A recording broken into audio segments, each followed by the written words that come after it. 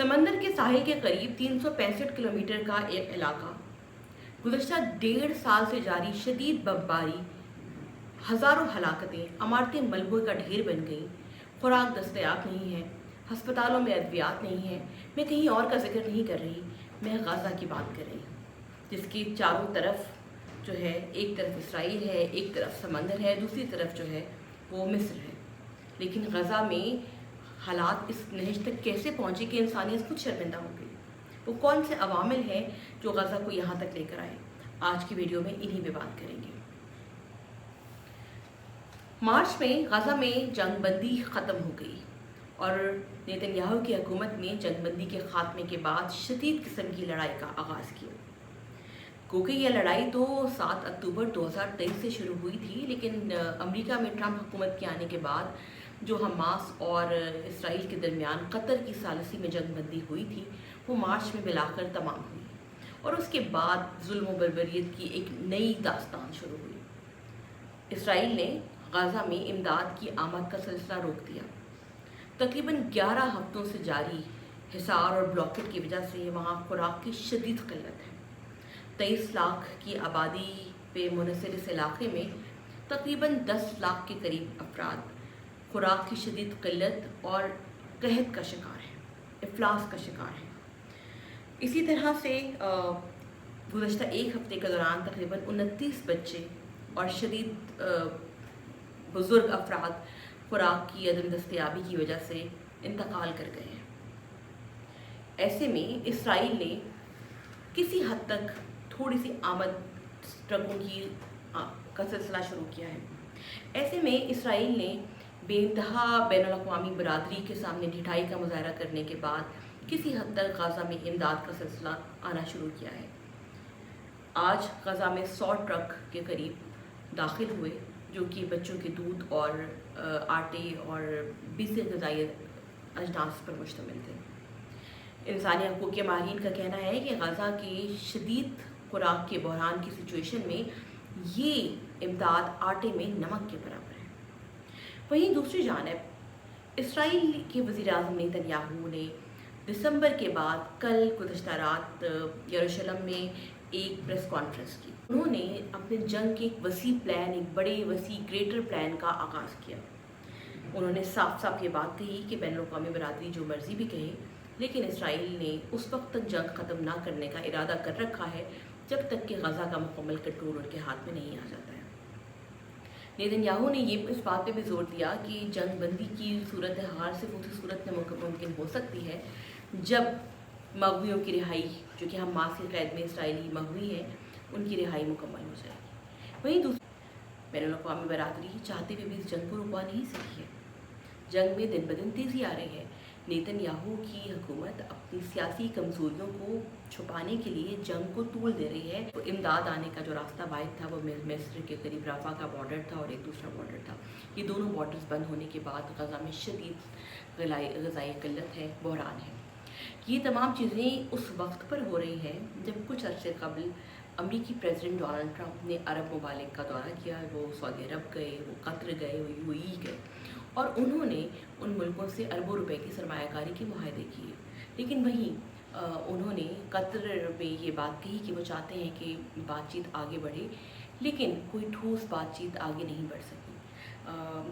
दूसरी जानिब अगर हम आगे बढ़ें तो देखें कि वहीं अगर आप अमेरिका की हडर्मी देखें तो गुज़श्ता रोज़ वाइट हाउस के ओवल ऑफिस में जनूबी अफ्रीका के सदर ट्रंप से जब मुलाकात की तो सदर ट्रंप ने उनको हज़ीमत का, शर्मिंदगी का एहसास दिलाया और उन्होंने उनको कहा कि आपके मुल्क में सफ़ेद फाम लोगों का जेनोसाइड हो रहा है, कत्लेआम हो रहा है, जो कि उनके दावे जो हैं वो सच्चाई पर मबनी नहीं है।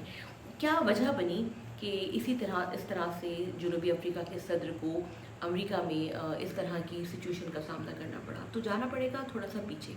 कुछ अर्सा कबल साउथ अफ्रीका ने, जनूबी अफ्रीका ही वो मुल्क था जिसने इंटरनेशनल कोर्ट ऑफ जस्टिस में इसराइल के ख़िलाफ़ एक दरख्वास्त दायर की थी। उस दरख्वास्त पे इंटरनेशनल कोर्ट ऑफ जस्टिस ने समाअत की थी और समाअत करने के बाद इस नतीजे पे पहुंची थी कि इसराइल फ़लस्तीनियों का कत्लेआम कर रहा है, जेनोसाइड में मुलव्वस है। और इंटरनेशनल कोर्ट ऑफ जस्टिस ने इसराइल के सदर बेंजामिन नेतन्याहू और उस वक्त के वज़ीर दिफा के ख़िलाफ़ अरेस्ट वारंट भी जारी किए थे। तो ये वो बैकग्राउंड था जिसके बाद जनूबी अफ्रीका का इसमें बड़ा लीड रोल था। जनूबी अफ्रीका ने ये पिटीशन मूव की थी और मुल्क ने उनका साथ दिया था। लेकिन इसके बाद से जनूबी अफ्रीका और अमेरिका के ताल्लुकात में तल्खी आ गई थी। और इस वक्त भी जब जनूबी अफ्रीका के सदर अमेरिका गए और उन्होंने ओवल ऑफिस में सदर प्रेसिडेंट डोनाल्ड ट्रंप से जब मुलाकात की तो एक अनएक्सपेक्टेड सिचुएशन देखने को मिली। मुबसरीन इसको इसी तनाजुर में देखते हैं कि जो भी मुल्क इसराइल इसराइल के ख़िलाफ़ बात करता है, इसराइल के बारे में बात करता है, उसे सख्त जो है तनकीद बर्दाश्त की जाती है और सख्त उसे तनकीद का सामना करना पड़ता है अमेरिका में। दूसरी जानिब वाशिंगटन में एक जूइश म्यूज़ियम था। वहाँ पे एक वाइट सफ़ेद फार्म शख्स जो कि अमेरिकन था, जिसका कोई ऐसा बैकग्राउंड नहीं था कि वो किसी शिद्दत पसंद तंजीम या इस्लामोफोबिया से मुतासिर हुआ हो, उसने वहाँ पे 2 इसराइल एम्बेसी से वाबस्ता 2 अफराद को गोली मारकर हलाक कर दिया और फ्री फ़लस्तीन। और उसने कहा कि उसने इसलिए किया है कि गज़ा में बहुत ज़्यादा जुल्म हो रहा है। ये कहने के बाद उसने गोलियां चलाई और 2 लोगों को मार दिया। ये दोनों जो हलाक होने वाले अफराद थे, ये वाशिंगटन में इसराइली एम्बेसी में सफारतकार के तौर पर काम करते थे। जिसके बाद दुनिया में दोबारा से एंटी सेमिटिज़म या यहूद मुखालिफ तहरीकों को दबाने की बातें की जा रही हैं। सदर ट्रंप ने भी ये बात की, बेंजामिन नेतन्याहू ने भी बात की और उनका ये कहना है कि इसके बाद जो है वो पूरी दुनिया में इसराइली सफारत खानों में जो सिक्योरिटी है वो बढ़ा दी गई है। लेकिन देखना ये है कि इसराइल जो कर रहा है, इसराइल के अंदर से भी इस बारे में आवाज़ें उठ रही हैं। इसराइल की काबीना के बहुत से वज़रा, इसराइल की अपोजिशन के अफराद, इसराइल में इंसानी हकूक़ के लिए कारकुन जो काम करने वाले हैं, उनका ये कहना है कि नेतन्याहू अपनी हुकूमत को तूल देने के लिए, अपनी कमज़ोरियों को छुपाने के लिए, अपनी पॉलिटिकल जो उनको डिफीट का सामना है विद इन द कंट्री, उसको दबाने के लिए वो सपोर्ट कर रहे हैं इस वॉर को, उसको तूल दे रहे हैं ताकि जो अटेंशन है वो डाइवर्ट ना हो बल्कि इसी वॉर पे ही मरकूज़ रहे।